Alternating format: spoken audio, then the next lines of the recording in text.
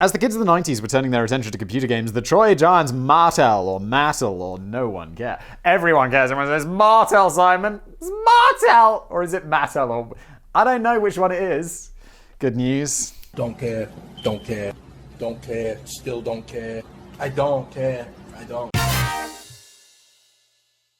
Hello everybody, welcome back to another episode of Business Blaze. This one is brought to you by, who I believe to be a brand new, bold sponsor, Keeps. I don't think Keeps have sponsored this before. They've definitely sponsored my other stuff. I always say the irony is rich because I'm promoting a product that stops you from going bald, but unfortunately, once you're already bald, it doesn't help. But still, don't go bald. Just don't do it! Don't go, I mean, as awesome as I make looking bald, you can avoid it with Keeps. If you're ready to take action and prevent hair loss, go to keeps.com/businessblaze or click the link in the description below to receive 50% of your first order. More on them in just a bit. I printed this script off this morning, and as always, I'm like, let's see how, I don't want to say horrifically long because everyone's like, Simon, I love the long videos, but it's like, boy, do they take a long time to make.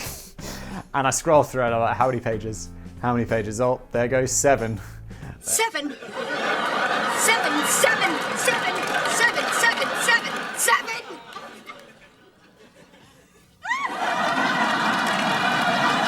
There goes 9. Yes, it is 10 pages, and the 10th page is not just one line at the top. It is a almost full page.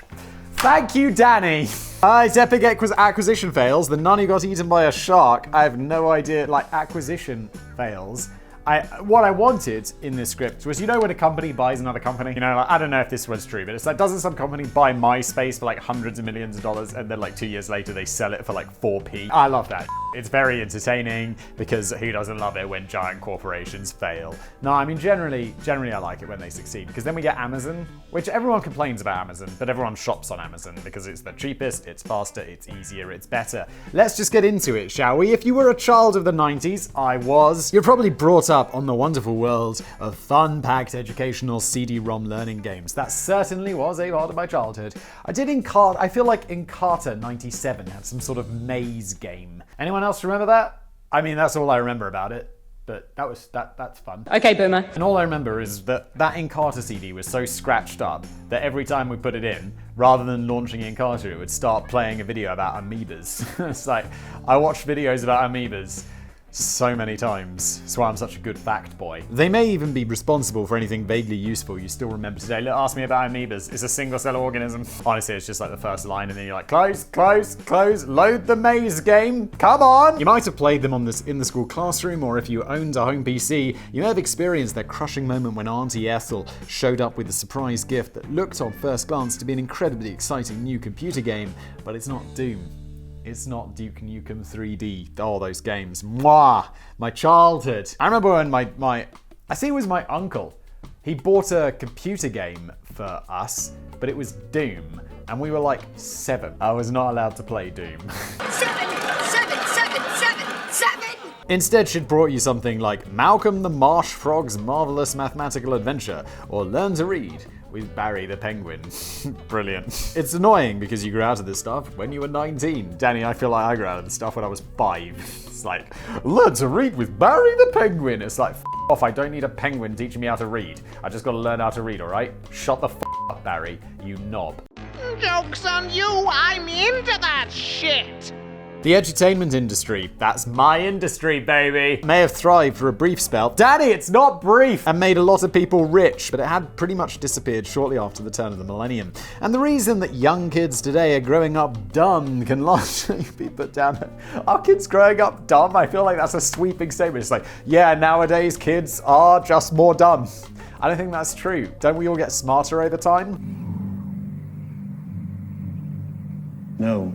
Can be largely put down to a dangerous liaison between the Shark Tank's Kevin O'Leary and a nun. Okie dokie. It's all getting a bit weird, isn't it? The nun in question was Anne McCormick, who served as a sister of St. Joseph's of the Peace in Washington before putting her faith in the truly divine creation of the Apple II in the early 1980s. I mean, I know we all view nuns as like these like old school people. They all wear the same. They probably have never seen a computer in their life. But just because you're a nun doesn't mean you have to hate technology. There's nothing about that, right? You can love technology as a nun. You just happen to be a nun. Anne recognized that the Apple II could potentially help young children to pick up new skills in maths, reading, science, problem solving, and pinball. Sweet Anyone remember that space pinball game that came on like Windows 95 or whatever? That was the shit. おや、気づきましたか。陸殿も好き者にござるな。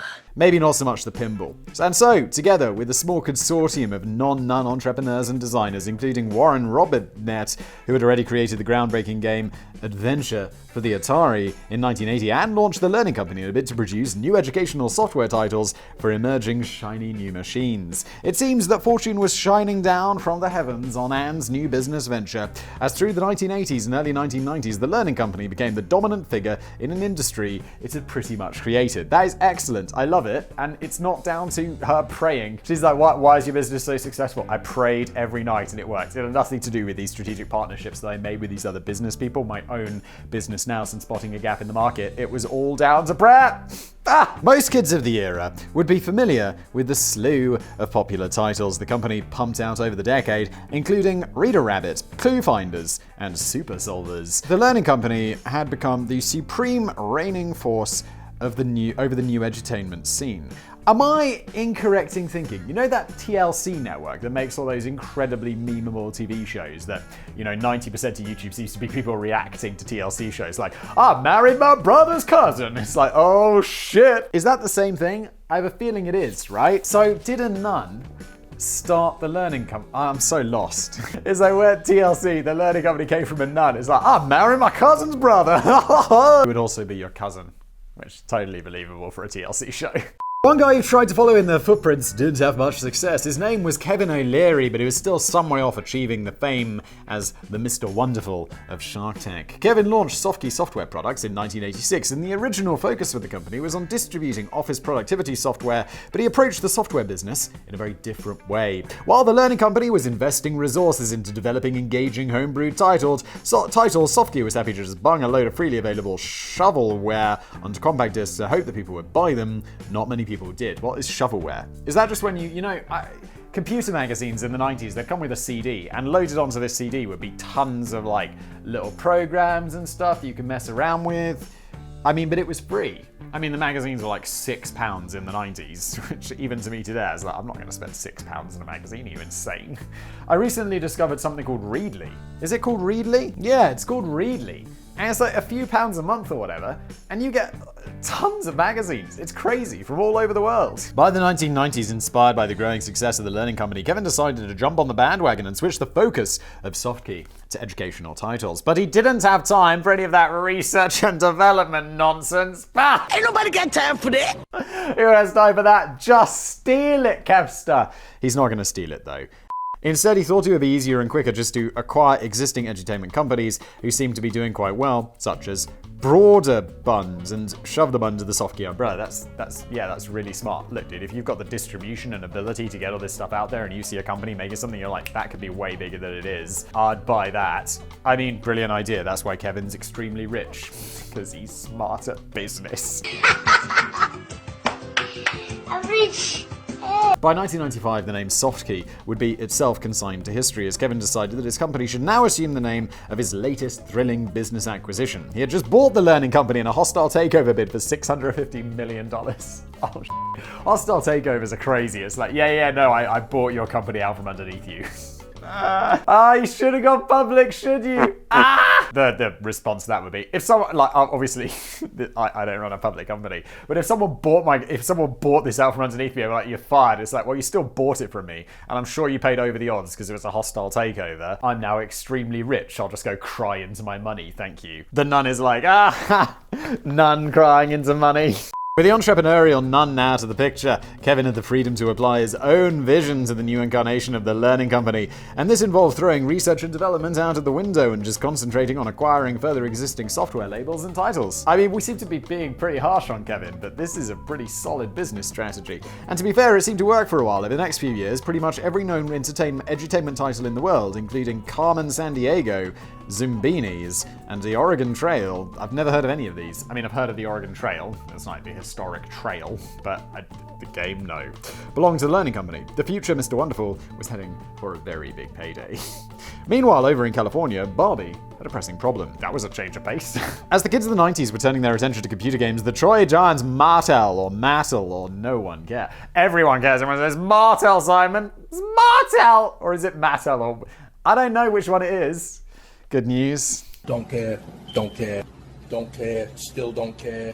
I don't care. I don't. They grew concerned that their target audience were falling out of love with Barbie dolls and Hot Wheels. Jill Barrett had originally joined the company in 1981 as a product manager before gradually rising through the ranks to become the CEO of Mattel. In 1997, Jill recognized that the company needed to move more with the times of the digital age, and she came to the conclusion that acquiring a successful edutainment software house would give Mattel a new platform on which to create toys for the imminent 21st century. And she had the perfect software house in mind. Kevin's about to get rich! In 1998, Mattel acquired the Learning Company for $3.82 billion. Kevin O'Leary retained an executive position at the Learning Company in this deal, which made him a multi-millionaire for the first time. I believe that the word would be billionaire, Danny, because he already bought it out for $650 million. He's now a billionaire, so 1,000 times richer. Mwah! I'm rich, bitch! And Jill unveiled exciting plans for the future, including a new interactive plush toy based on the Learning Company's leading star, Reader Rabbit, and a range of new educational software featuring Mattel's leading star, Barbie. Sadly, none of this ever materialized. Within the space of just 18 months, Kevin and Jill were nowhere to be seen, and Mattel sold off the Learning Company for around $300 million, just a tenth of what it had paid. Kevin, you made out like a bandit, son. That is wild. It might have helped if Jill had realized that the Learning Company had been losing money well before the $3.82 billion acquisition. What, she did like no due diligence? She's like, no, I don't need to see a P&L. It's cool. Don't worry about it.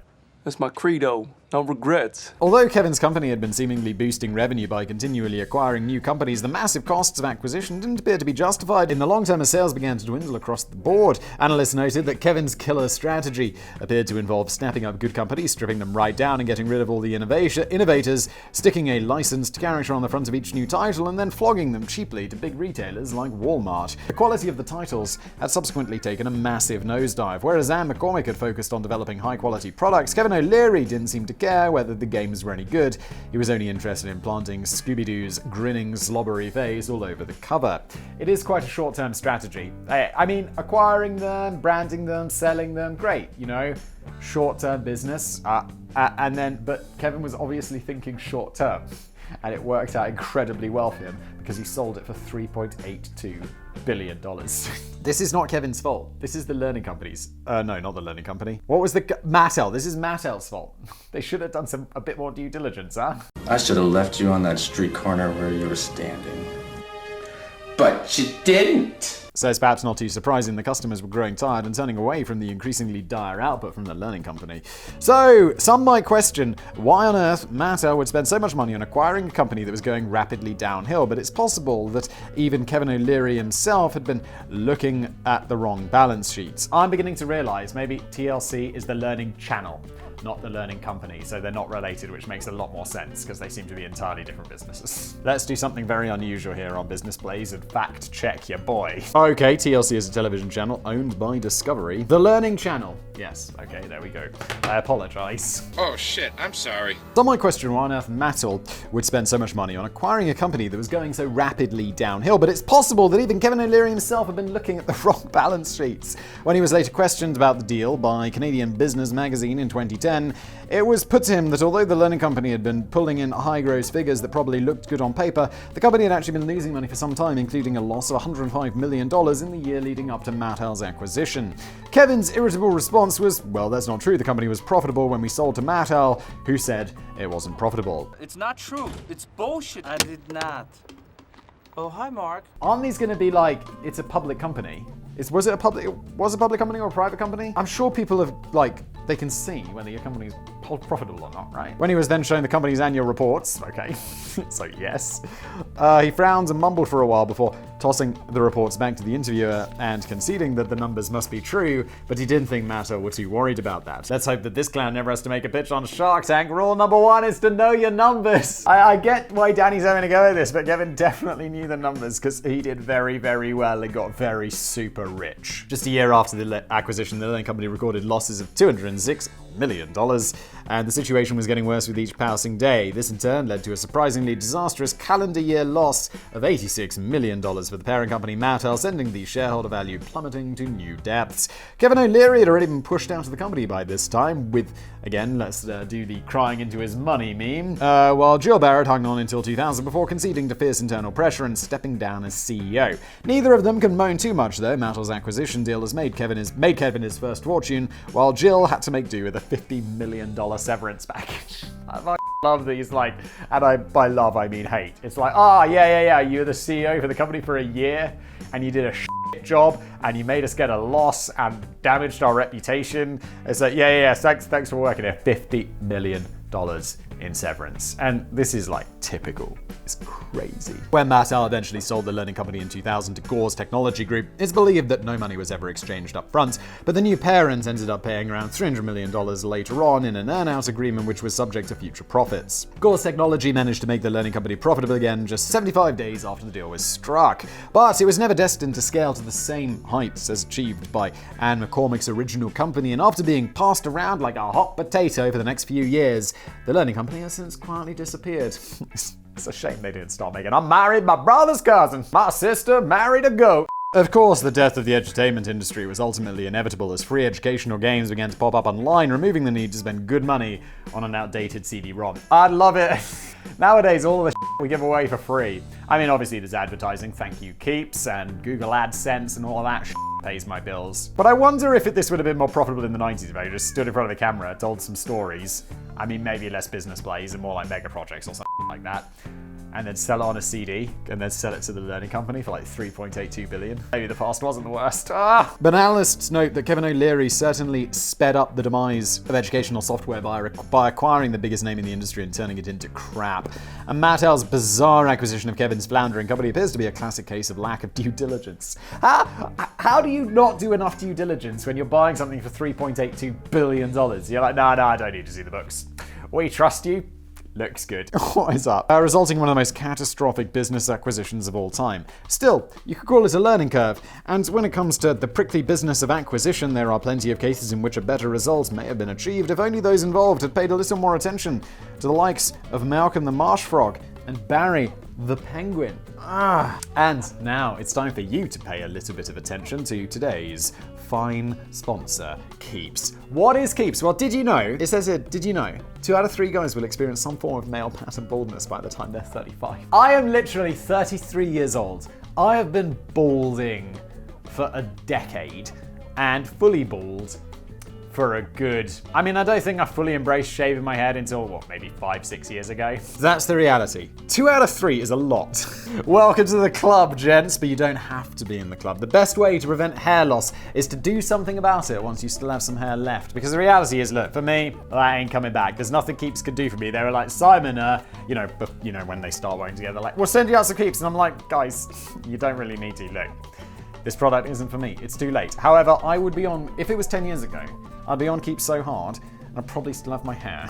You get treated from home, message your Keeps doctor 24/7 with any questions or concerns you might have along the way, and track your progress with Keeps progress tracking tool. Affordable! Keeps offers generic versions of FDA-approved medications for hair loss, which makes it more affordable. That's good. And I mean, when it's been approved by the FDA or something, it's not like, yeah, what's this? This is some magical witchcraft pill. Does that have any sort of No approval. We just found it in a field in some random country, pilled it up and gave it to you. That doesn't sound safe or approved or effective. Fortunately, Keeps is the opposite of that. It's also affordable. Oh, I just said that. It's affordable because it's generic versions. It's not like, I don't know, insert giant drug company name and the pills are like $1,000 each, which is actually a thing. Prevention is key. I said that already. It can take 4 to 6 months for you to start seeing results, so it's important to act fast. The sooner you start using Keeps, the more hair you can save. I have a friend who took, not Keeps, because this was many years ago, and he was paying a fortune for it because it wasn't generic. But he was like, yeah, honestly, literally everyone in my family was bald, and he has the most glorious head of hair. He's my age, about a year younger than me, and I'm like, damn it! Why did no one tell me about this? Fuck you. Find out why Keeps has more 5-star reviews than any of its competitors, and why hundreds of thousands of men trust Keeps for their hair loss prevention. Good lord, that's a lot of people doing that. Join them! If you're ready to take action to prevent hair loss, go to keeps.com/businessblaze or click the link in the description below to receive 50% off your first order. That's Keeps, KEEPS.com/businessblaze. Love it, love it, love it. Let's get back to it. Google buys Motorola. Here's a controversial entry that looks pretty bad on first glance. Danny, be careful. Google is the business daddy. Google literally pays my bills. If Google are like, Simon, we're not paying you anymore, I'll be like, well, brilliant. Looks like it's back to the street. I say back to the streets. I've never lived on the streets, just for clarity there. So that was a fucking lie. In 2012, Google bought the phone manufacturer Motorola for a pretty hefty $12.5 billion. I didn't actually know this. Just 2 years later, with very little to show for the acquisition, Google sold Motorola for $2.9 billion. Did you just lose $10 billion, business daddy? Is that what you're doing with your half, business daddy? Because I think Google take 45%. Like, the adverts come in, and don't get me wrong, they take 45%, but they also, like... So how it works, for those of you who are unaware, is when you see a video on this that isn't Keeps, you know, like that pops up, like Raid Shadow Legends or whatever. Now that I've said Raid Shadow Legends, we'll probably throw up an advert on this video. Mac the mouse ate bread. He ate cereal. Then he ate new Raid Mouse Killer. Raid! Now he'll never return, no, he'll never return. There, Google sells those ads to Raid Shadow Legends, and then they put them in the videos automatically. They host all the videos, they make all of this possible, and then they just send me money every month. But they take, I think it's 45% for doing that, and I'm like, take it, mate. You do a great job. Please don't take any more. But you earn it. You absolutely earn it. Because I tell you what, I mean, as much as, you know, Keeps, fantastic sponsor and all this stuff, organizing all of the sponsorships, I got like staff and stuff doing that. It's complicated. Leading to reports that Google had managed to just throw away about $10 billion down the drain in a very short period of time. Some observers have noted with derision that this was one of Google's biggest ever cock-ups. Others hailed the deal as a genius strategic masterstroke from Google. So which one was it? Losing $10 billion, I mean, I'm really curious how we get to that being a genius masterstroke, unless it might have something to do with regulation.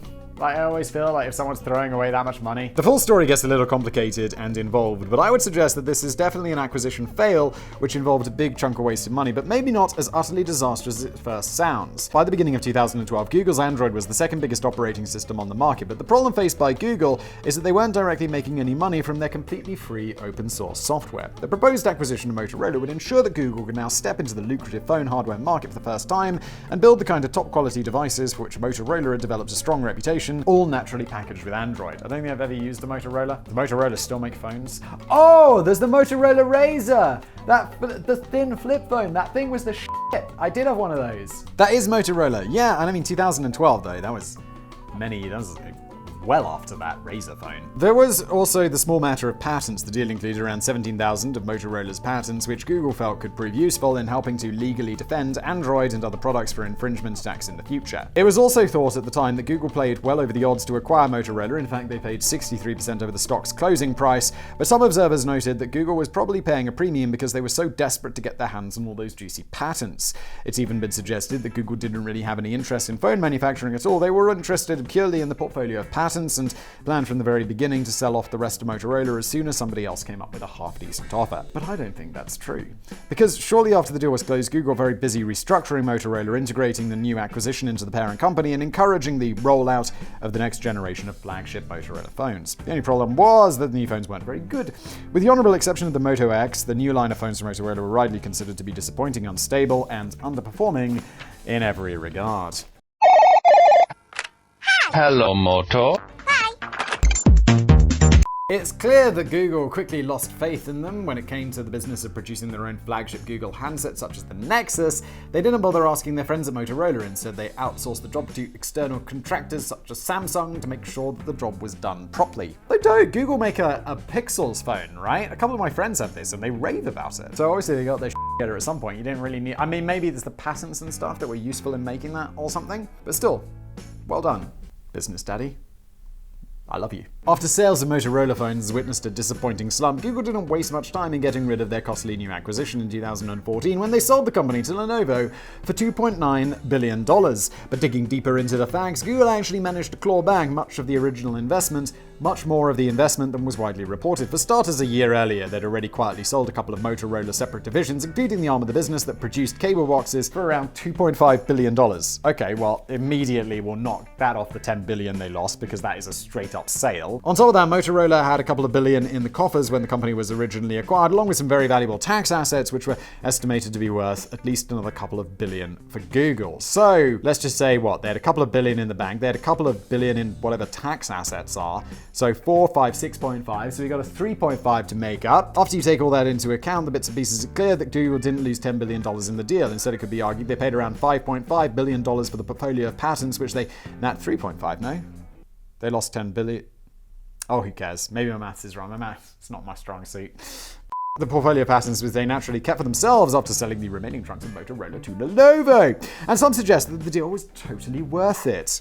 That's my credo. No regrets. But it seems likely that the patents aren't actually worth anything close to that amount. Patents can lose significant value over time, and many of those 17,000 patents have already become obsolete. Yeah, I mean, it's like, yeah, what's this patent do? Oh, it allows a really good click when you close a flip phone. It's like, bro, flip phone, please. And Google was dealt a blow in 2013 when it took Microsoft to court, seeking $4 billion a year for Microsoft's use of patented Motorola technology in the Windows operating system and the Xbox. The judge ruled that Microsoft was only required to pay a paltry $1.8 million a year. Whoa.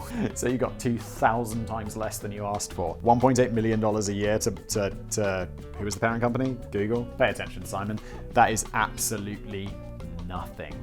How dare you? There is another angle to this story, though. Some suggest that the whole thing was just to show phone manufacturers such as Samsung that Google was the daddy. And you don't mess with the daddy. You don't mess with the business daddy. Prior to acquisition, Samsung appeared to be trying to bury the Android operating system beneath the surface of their handsets, painting over Android with its new TouchWiz skin and rendering Google's presence largely invisible on their new range of phones. It's kind of a dick move, though, because Google's like, yeah, we made this operating system. Did they? Maybe someone else made Android. I don't really know the story, but it's definitely well associated with Google, right? It's their OS. Is it their OS? And then Samsung are like, yeah, what? Google who? This is ours. We made it. It's magical. The Motorola acquisition demonstrated to Samsung that Google had the power and clout to invest heavily in a rival manufacturer and potentially propel Samsung into the margins of market share if they didn't play ball and recognize who called the shots around here. Yeah, that worked out, because when we think of mobile phones, we definitely don't think of iPhones and Samsungs. Those aren't the two things we think of. We think of Motorola and Lenovo. It's interesting to know, although I realize Samsung runs Android, this is all very confusing. I just use an iPhone. I'm a simple man. It's interesting to know that very shortly before Google sold off Motorola, they signed an extensive new agreement with Samsung in which the South Korean giant humbly agreed to tone down TouchWiz and refocus on core Android apps. Job done. However, this would have been a very expensive way to make a point. It seems that ultimately Google paid well over the odds on an acquisition which they tried to make work but failed and ended up licking their wounds with the consolation that they'd paid well over the odds for a patent portfolio and got Samsung to toe the line. Although it's hard to define the exact value of the patents, it seems likely Google lost at least a few $1 billion on this deal. Yeah, I'd say, $10 billion is obviously a wild overestimation. It seems like they just lost a couple of bill. No big deal. It's just a couple of $1 billion. It's nothing. It's nothing. But it won't have inflicted too much damage in the long term. The outcome is probably quite similar to how the rest of us would feel if we discovered that we had a hole in our pockets and we'd lost our change for the car park. It's annoying, but you'll get over it. The same can't really be said for the next cataclysmic case. Oh, because RBS buys ABN Amro. We've talked before about that fabulous hero of banking, former Knight of the Realm. You know when you're a former Knight of the Realm? Either you're dead or they took it away from you. Either way, it's not a win for you. Probably even more of a loss for it to be taken away because it is quite embarrassing. And keen golfer Fred Goodwin, who is most definitely not a bell end in any way, shape or form. But we've not discussed in detail the shrewd acquisition he led in 2007 which precipitated a change of hands at the Royal Bank of Scotland. Some cynics might suggest that this was the worst, most idiotic and most costly business acquisition in history. But maybe clever old Fred was just a bit unlucky. Wow, Danny, you're doing the allegedlys for me. Despite the fact that he had no technical bank training and no formal banking qualifications whatsoever, Fred found himself appointed to Deputy CEO of Scotland's Clydesdale Bank in 1995, and city financiers were quick to give him the nickname Fred the Shred due to his quite ruthless cost-saving measures, which usually involved shedding hundreds or thousands of jobs. By 1998, he'd picked up the job of Deputy CEO of the Royal Bank of Scotland, or RBS, and played an instrumental role in leading the hostile acquisition of England's NatWest Bank in the year 2000. The problem with a hostile takeover is that you don't really get a chance to perform much in the way of due diligence because the victim is unlikely to let you through the door without a pass. But it has to be said that the acquisition went remarkably well, and even though RBS may have been fumbling around in the dark, it was reported that any unexpected surprises that popped up from the acquisition were usually quite pleasant. The deal proved to be the making of Fred Goodwin, and he had been promoted to CEO of RBS by 2001. True to his reputation, one of the very first things he did was axe 18,000 of those old NatWest jobs as a streamlining measure. I love it. I bet when they take it over, they're like, don't worry everybody, it's just a takeover, many things will remain the same, and it's like 2 years later, you're fired! Woo! Shit. Not everyone was happy with Fred. Yeah, 18,000 people, probably not. His reputation for shredding didn't seem to stretch to his own working environment and lavish habits. At the same time as he was refusing to put a single extra penny of investment into any of the bank's branches, he was splashing out on a private jet at the bank's expense, as well as commissioning the construction of a new £350 million headquarters at Gorgar Burn, just outside of Aberdeen, which one visitor later described as comically expensive. I do feel though, like as a bank, you've got to look at, because if you went to a bank and it was just a shed and it was kind of like the furniture was falling apart and it's really cold, you'd be like, this is where I'm keeping my money. And if it's kind of got marble and shit and there's leather chairs, you're like, this is where I'm putting my money. Then we'll reinvest the earnings into foreign currency accounts with compounding interest and it's gone. Even though the fees are probably super high. His own personal penthouse-style office on the top level was so big that it was later split up into multiple different offices as soon as Fred had been given the boot. But maybe Fred just needed plenty of room to help him hatch his next cunning scheme and practice his golf swing.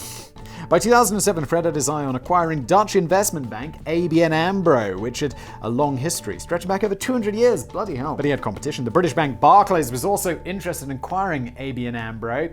I feel like this is a worse named bank. I'm sure maybe it's ABN Amro or whatever. So that is a bad name. And they were making better progress. Over the course of the year, Barclays and ABN Amro had become quite chummy. In contrast, RBS was largely frozen out of talks with the Dutch bank, who were making it very clear that Barclays was their preferred option. But as the Barclays share price began to fall, Fred seized his opportunity to put together a consortium and throw so much money at ABN Amro that the Dutch bank couldn't possibly refuse. In collaboration with Spain, Santander, and Belgium's Fortis, Fred helped orchestrate the biggest bank takeover to date, a £55 billion deal to acquire ABN Amro and split up the divisions amongst the three new owners. Bloody hell, that's a lot of money. Hello, I like money. Now, 55 billion might sound like a lot of money to you and me.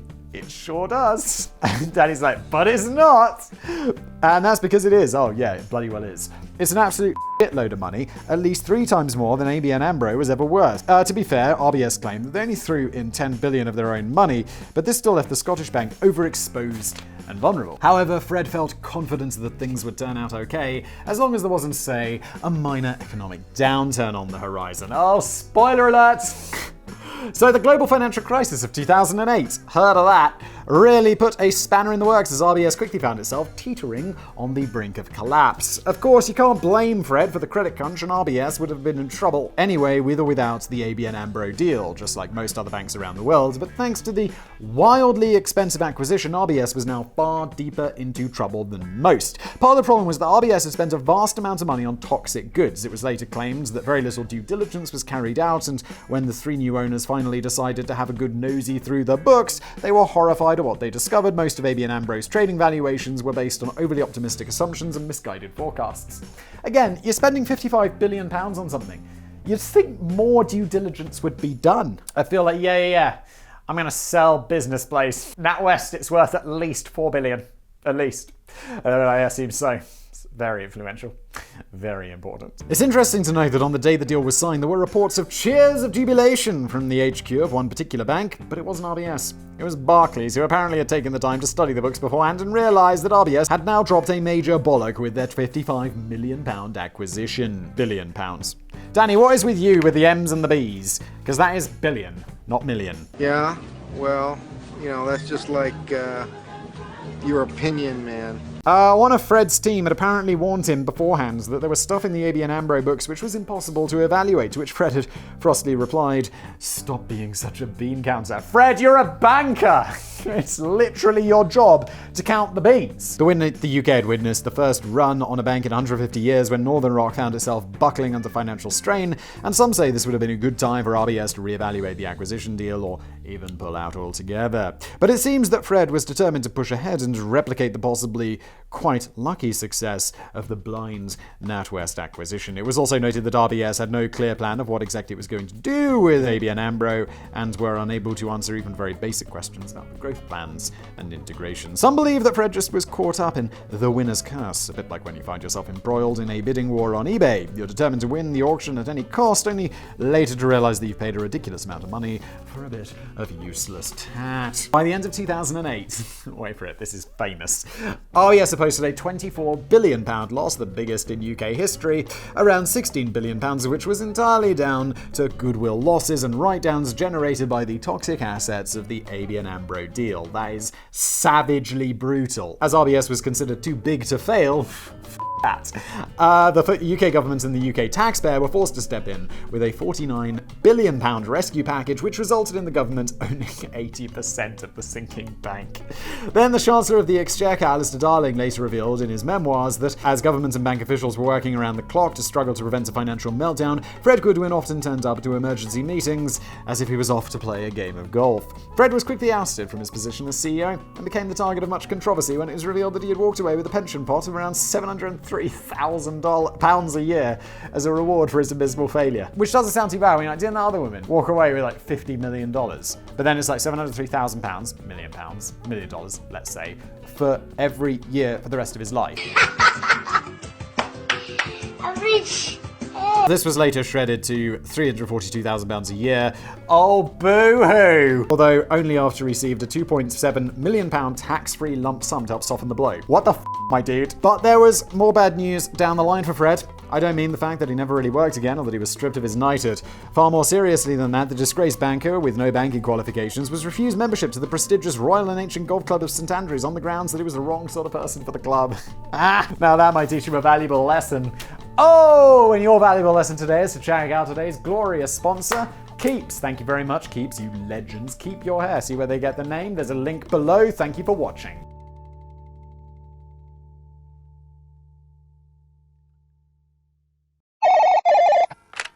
Hello, Moto.